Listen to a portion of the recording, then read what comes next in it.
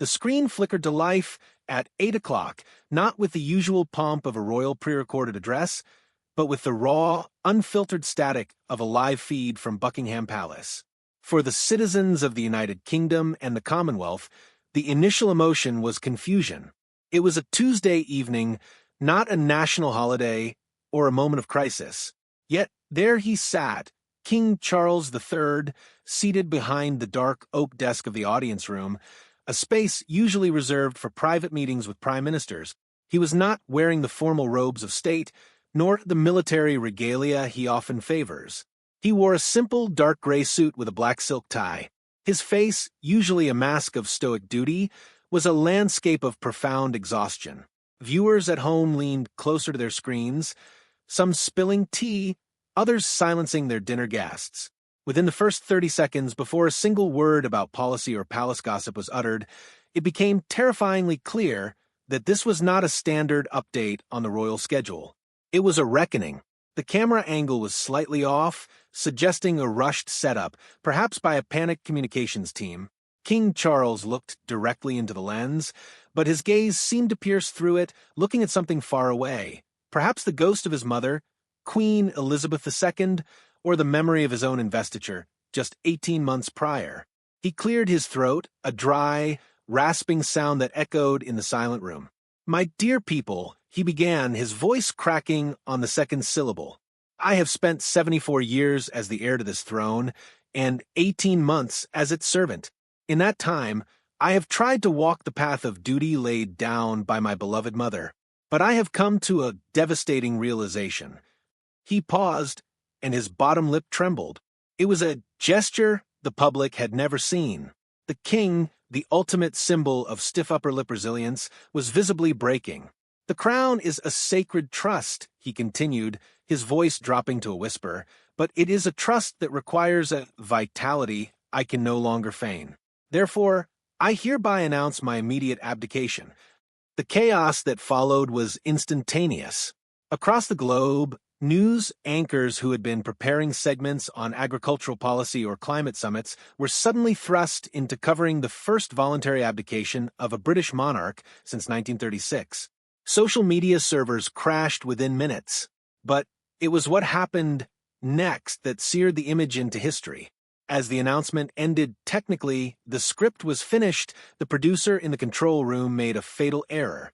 Believing the broadcast was over, they forgot to cut the feed.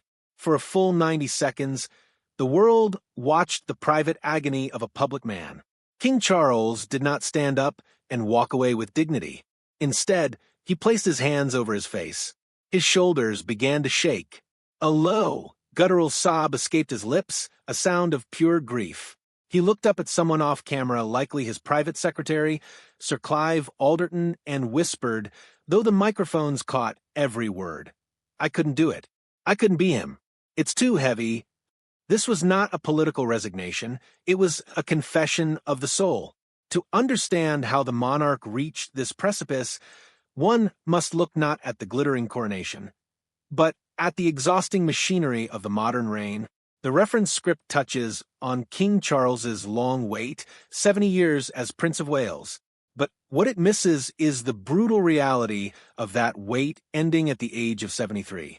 When Charles ascended the throne, he inherited not just a crown, but a backlog of a generation. His mother, Queen Elizabeth II, ruled for so long that the institution adapted to her specific, static rhythm. She was a statue, Charles is a storm. For decades, as the heir, he was the Prince of Protest, writing letters to government ministers about architecture, alternative medicine, and the environment. As king, he had to suddenly shut up. That silence was the first fracture. Behind the palace walls, aides describe a man fighting a war on 3 fronts. First, there was the financial front. The monarchy is expensive, and with a cost of living crisis gripping Britain, Charles felt the moral weight of every golden carriage and velvet robe. He had slimmed down the monarchy, but slimming down an institution built for extravagance is like trying to diet in a bakery. Second, there was the political front. Unlike his mother, who remained exquisitely neutral, Charles's long history of activism made him a target. The Labour government, elected just months before his coronation, viewed him with suspicion. Prime Minister Keir Starmer's cabinet reportedly demanded strict boundaries, curtailing Charles's ability to even think about commenting on the Rwanda deportation scheme or green energy policies. Charles felt neutered, a lion forced to perform tricks for a crowd that didn't want to see him roar. But the third front was the one that finally broke him, the family front. The reference script mentions a rift between William and Charles, but it underplays the tectonic shift in their relationship. For years, William watched his father's obsessiveness, the rigid schedules, the need for control, the temper that biographers have long documented. However, after the death of Queen Elizabeth and the fallout of Prince Harry's memoir, Spare, William adopted a new posture. He stopped being the son and started being the guardian of the future. In private meetings, William began to countermand his father's orders. When Charles wanted to invite the disgraced Prince Andrew to a family Christmas lunch at Sandringham to show mercy, William reportedly gave an ultimatum: "It's him or me." Charles, desperate for peace, capitulated, but the victory cost him. He saw in William's eyes not respect, but a cold managerial assessment of the Crown's brand value. The son had become the CEO, and the father was merely the outgoing chairman. The specific trigger for the live broadcast occurred 3 days prior, during a private audience at Windsor Castle. Historians will likely unearth the details decades from now, but leaked accounts from palace courtiers suggest it involved the Duchy of Cornwall, the multi-million-pound estate that funds the heir to the throne. King Charles, feeling that William was moving too fast in firing long-standing staff and modernizing the estate's farming practices, summoned his son for a dressing down. It did not go well. According to a source who spoke to the Times, in a report that has since been mysteriously scrubbed, William did not raise his voice. He did not need to. He simply handed his father a tablet showing the estate's financial projections. "If we do it your way," William said flatly, "the estate loses relevance within a decade. If we do it my way, we feed 1,000 more families. I'm not asking for permission anymore." That night, King Charles walked the halls of Clarence House alone. He passed the portraits of his ancestors, George V, George VI, his mother. He realized that he was surrounded by men and women who had defined their eras by war and peace. He, on the other hand, was being defined by a budgeting argument with his eldest son. The weight of his own history crushed him. He had spent a lifetime waiting to be the lead actor, only to find that the audience had already decided they preferred the understudy. The moment William said he wasn't asking for permission, Charles saw his own obsolescence clearly for the first time. He was no longer the king, he was the obstacle. In the 48 hours following that argument, Charles withdrew. He canceled a trip to Kenya. He stopped taking calls from the Prime Minister. He retreated to the gardens at Highgrove, his private refuge, walking among the delphiniums he had planted decades ago. It was there, according to a gardener's testimony later sold to the Daily Mail, that Charles spoke aloud to a bust of his grandmother, the Queen Mother. "I thought I had more time," he was heard saying. "I thought I could fix it." It referred to everything: the climate, the Commonwealth, the rift with Harry, the love of the people. Charles had always viewed the throne as a pulpit from which to save the world. William viewed it as a trust to be managed.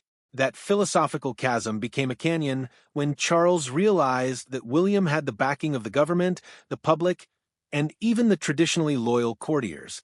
Let us analyze the raw, emotional breakdown scene on screen.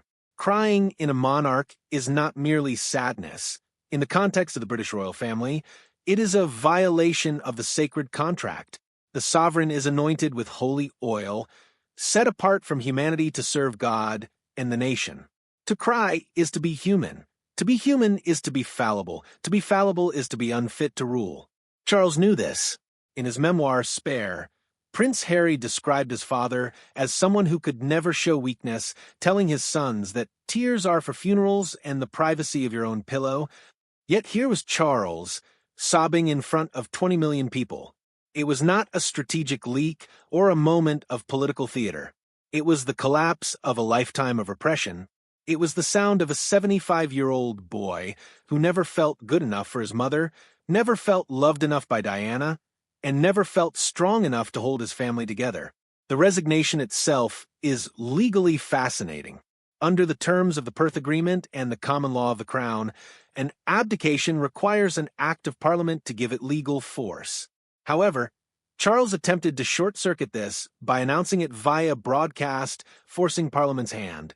Within an hour of the broadcast, the Speaker of the House of Commons was recalled from his constituency. Lawyers scrambled to draft the Charles III Abdication Bill 2024, but the legal technicalities are secondary to the psychological truth. Charles did not resign because of scandal or ill health, though the palace had been managing rumors of pancreatic issues for months. He resigned because of love, specifically the love for his son and the fear of destroying him. In the final unscripted moment of the broadcast, the moment the producer forgot to cut the feed, Charles looked at a framed photograph on his desk. Observers with high-definition screens later identified it as a picture from 1985, a young Charles holding a tiny Prince William on his shoulders at the Trooping the Color. The king pointed at the photo and spoke to his aide. "Look at him," he whispered. "He doesn't need me anymore. He never did. I was the one who needed him to need me." This confession reframes the entire narrative.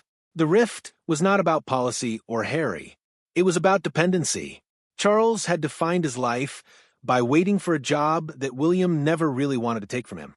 When William finally stepped up, it felt like an eviction. The aftermath of the resignation reveals the authenticity of the event. Within 10 minutes of the broadcast ending, Prince William arrived at Clarence House.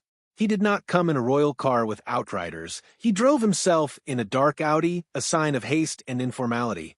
Photographers caught him entering the side gate, his face pale and his jaw clenched. He was inside for 4 hours. When he left, his eyes were red. He gave no statement, but a palace source told the BBC that William had begged his father to reconsider, offering to delay the transition for 5 years. Charles refused. "I have finally made a decision without consulting a single courtier," Charles reportedly told William. "I am giving you the greatest gift I never had. Time.